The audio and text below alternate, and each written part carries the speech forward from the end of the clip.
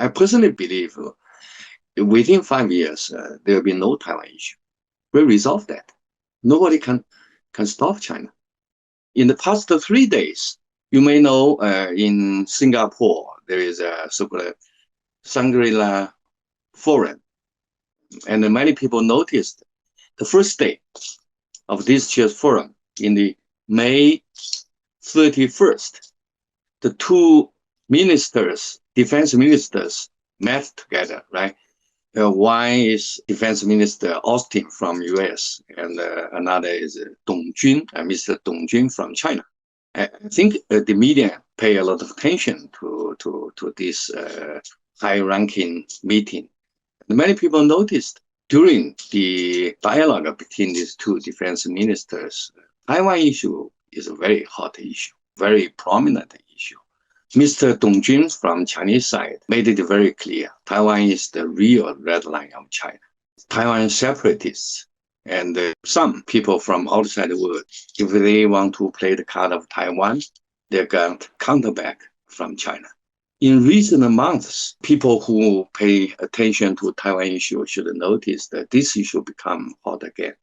And the very important reason is that Mr. Lai Ching-te, he delivered inaugural speech, right, in May 20th. In that speech, his position is very provocative to mainland China. He stressed on his point is that Taiwan and mainland China separated. Taiwan is a sovereignty. That's go beyond the bottom line of Beijing.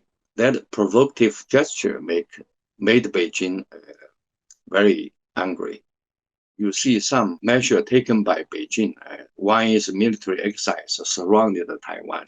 Another is some economic punishment and media critics. And under this background, Lai Ching did not step back. He's still very tough.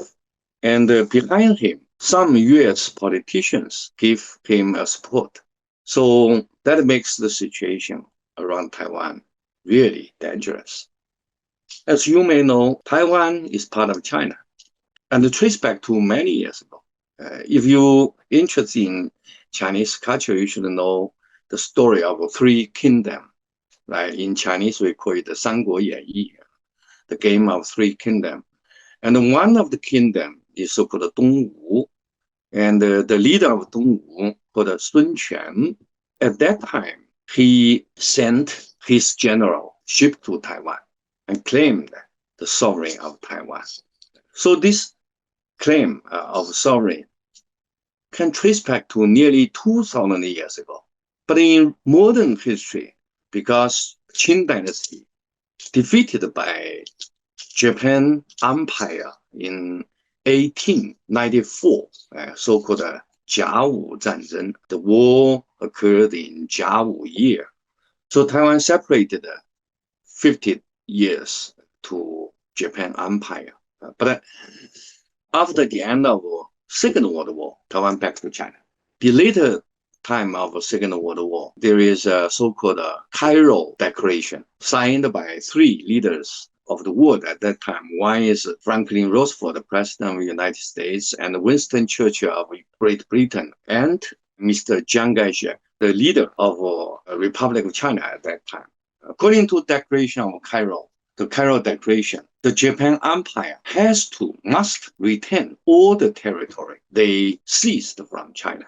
So that's the very important document with international law impacts. And 2 years later, in the famous Boston Protocol, fully 100% accept the stance of Cairo Declaration. That means the Boston Protocol ordered or required the Japanese Empire to retain all the territory, including Taiwan, back to China. And as you may know, in the August 15th, 1945, the Emperor of Japan Empire at that time, they fully accept the requirements of Boston Protocol, right? So from the perspective of international law, Taiwan back to China in 1945. Later on, Taiwan separated with mainland China, not because the invasion of other country, not because of the impact of international law, but because civil war. You may know, between 1946 to 1949, in China, we have a very tragic situation.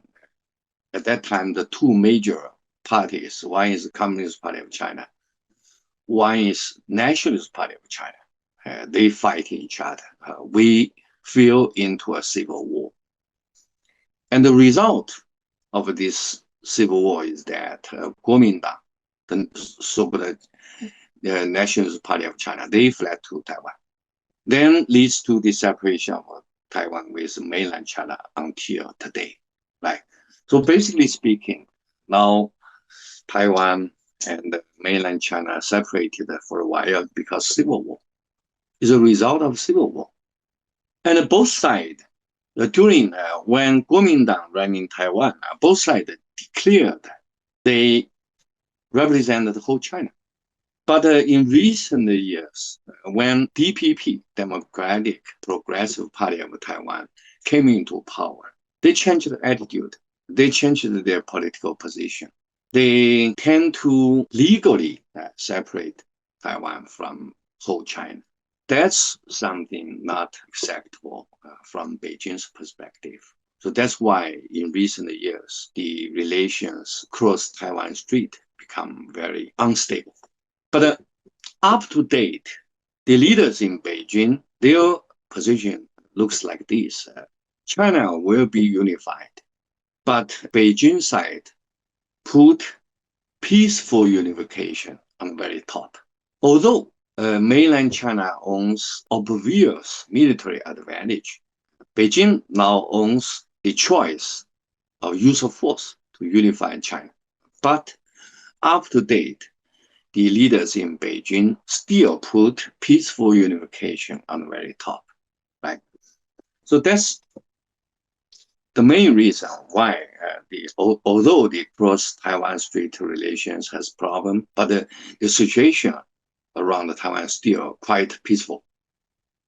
But with very recent political change in Taipei, Lai Ching-te, who publicly claimed he's a Taiwan separatist.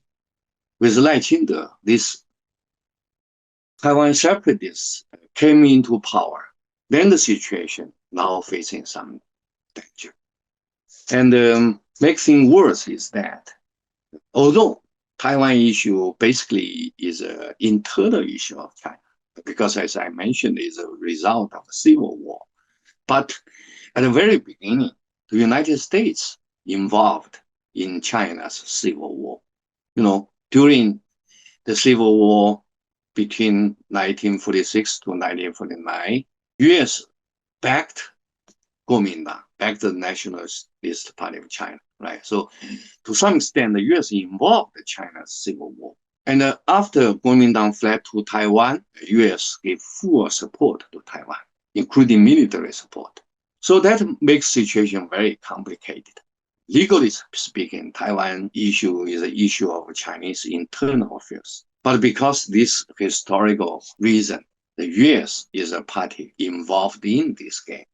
And on U.S. side, I think the quite high percentage of U.S. strategy want to play the card of Taiwan against mainland China. Although the U.S. side still promise to so-called one China policy. And, they give the cheap lip service every day. They said we were loyal to one China policy, but their behavior betrayed their promise. Their behavior is to encourage Taiwan to separate. So that makes the leaders in Beijing in a very awkward situation. As I mentioned, Beijing determined to unify the whole China.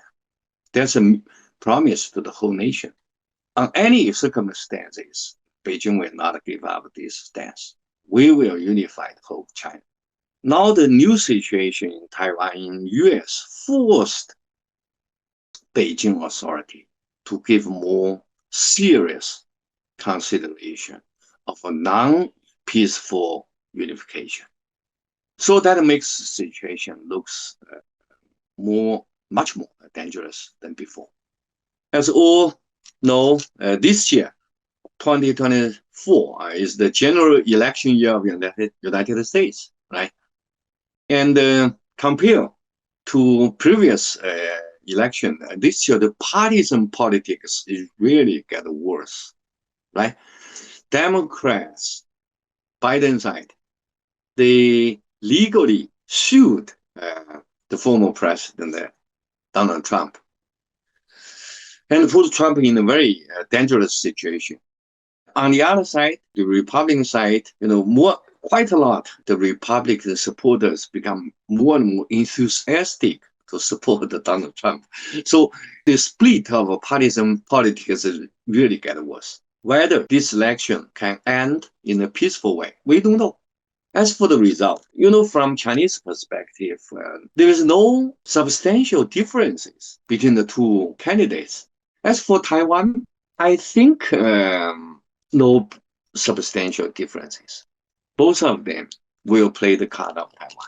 So both of them will lead to this result that they will force our leader in Beijing to make the decision in the near future. I personally believe within 5 years, there will be no Taiwan issue. We'll resolve that. Nobody can stop China. So because we will resolve Taiwan issue by use of force, that means there will be no one state, two system. No arrangement like Hong Kong. Just one state, one system. So that will be the result. So Taiwan people looks funny. They refuse the one state, two system arrangement, right? That means finally they can only face in one fate, one state, one system. I think that will be the future end.